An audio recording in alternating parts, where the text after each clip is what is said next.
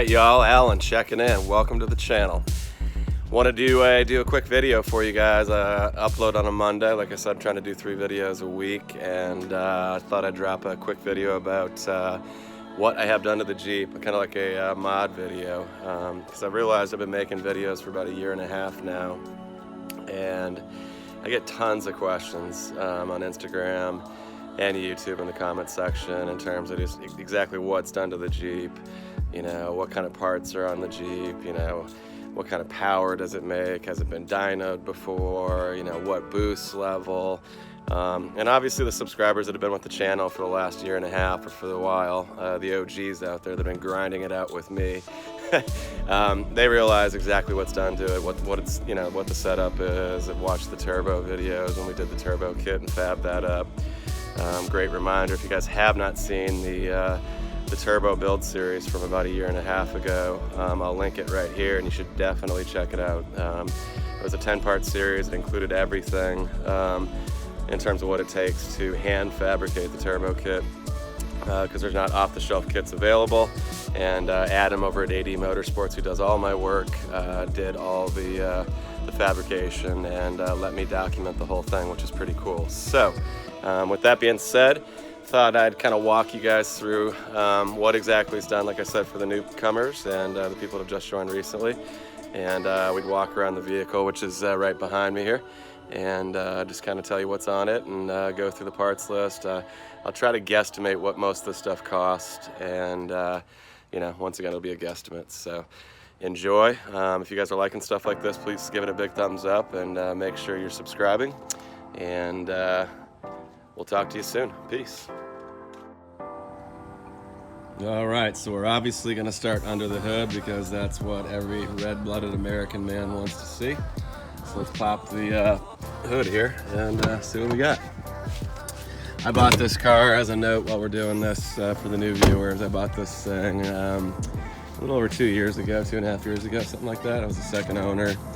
Bought it from a 50-year-old lady in Oklahoma. Never had seen snow. I don't drive it in the snow. It's not a winter car unless it has to be emergency only.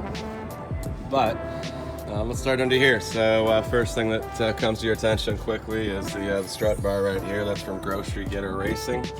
I believe it's just like, I don't know, around a couple $100 or so at the most, but I like it. Simple and really a cosmetic thing. Doesn't really affect handling that much, and you're not buying a Jeep for handling. So the big thing that you're obviously going to notice, the big diamond underneath or in the engine bay, is the turbo here. It's an 82 millimeter single turbo, obviously, made by Borg Warner. It is a journal bearing turbo, not ball bearing.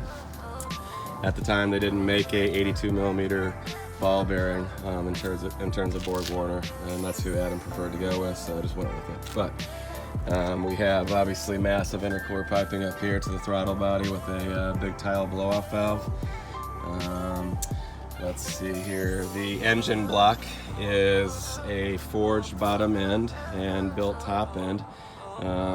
No valve job, or not valve job, but no porting in the head, but it does have Molly everything basically in terms of pistons, rods, push rods in the head, and valves, etc. But it is stock compression, or it's just slightly lower than stock compression ratio at 10:1. Stock is 11:1. So it is slightly lower compression ratio, but still fairly high at 10:1 for a boosted car. Right now it's running on 93 octane pump gas. It was on E85 for a while. It does have a race gas tune as well. There's the big front mount intercooler down there. But the race gas tune runs 10 pounds. On the pump gas tune, we run 7 pounds around town. 7 pounds is good for about 600 all-wheel horsepower on a Mustang dyno, low reading. 10 pounds we have not dynoed yet because once again, Adam's dyno has not been set up since he moved his shop. Will be in the next month or so, hopefully. He's in the process of redoing one of his buildings, and then we'll throw it on the dyno with race gas. The reason I don't turn it up further than that is I'm at a fuel pump. This thing has 1000 cc injectors made by Injector Dynamics, and other than that, it's got a Walbro 450 in-tank fuel pump. And that's pretty much it for the fuel system. It's on the stock rails, stock fuel lines, So next step would be the 4-fuel system that gives us the upgraded fuel rails, the 2000cc injectors, the bigger fuel lines, and 2 fuel pumps. So that way I can turn the boost up even further. The last thing that's holding us back from turning the boost up even further is the transmission. Right now it's on the stock transmission, and 10 pounds is as much as we can run without it slipping. So at this point, that's the other limiting factor, the fuel system and the transmission. So I'm looking to do that eventually. It's not a big rush for me right now because I really enjoy the truck the way it is, and it's reliable and awesome. So I'll probably do it over the winter or next spring, but for now we're going to run it as is. But other than that, it's got a Magnaflow Catback exhaust. It's 3-inch catless from, basically it's got no cats. So we have factory headers with an up pipe that brings the air back up to the turbo. And then it's 3-inch to 3.5-inch catless all the way back. The reason the truck is so damn quiet is that big ass turbo quiets this monster down. So other than that, that's pretty much it under the hood. Once again, Adam's built all this, like I said, custom. So as far as wheels go and suspension, I have the brand new Jeep Trackhawk satin black forged wheels that I just picked up. And these are the lightest 20-inch wheels that I could find. And I had 22s before and wanted something lighter. As you can see inside there, I do have the 2-piece floating rotors.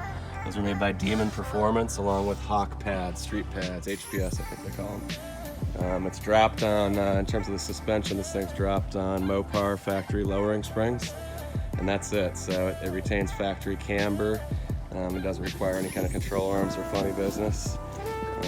And the reason I don't put it on air ride, because I get that question a ton, is if you can see down there, put the camera in here, if you can see down there, the up pipe basically hangs down real, I don't know if you guys can see, but yeah, there you go.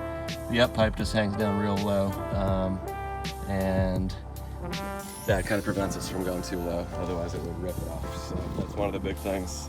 And to be honest with you, I'm not a real low guy. I kind of like sleeper and clean. So those are Mopar springs from the factory. Let's see here. Like I said, 3-inch Magnaflow in the back there. I don't know if you guys can see it, but it retains the factory tips. So once again, sleeper. But outside of that, inside is stock. I only have a gauge on the inside that tells us ethanol content, boost, air fuel ratio, and fuel temperature. But other than that, this thing's a stock truck. It's ran a best of an 11.5 on the old setup. The new engine, I need to run it in cooler temps and better DA this fall on race gas, but I'm hoping for a low 11 by the end of this year at 10 pounds on the stock transmission with the help of the lighter wheels and cooler temperatures. So that's about all I got for you guys. If you guys have any questions in terms of comments or this, that, or the other, if I forgot anything, let me know. But outside of that, I think the turbo kit itself with the Magnaflow exhaust would run you guys about $13,000, I would say, roughly, with labor, parts, and everything. And that's with the Magnaflow exhaust. And you could install that on a stock truck. So once again, check out the turbo build series, because I did run this for quite a while on the stock engine successfully. And like I said, he is a good-looking vehicle. Let me know what you guys think. Like I said, questions in the comments, let me know. Check back in later in the week. Peace. We ride to the top and staying focused, staying about your money.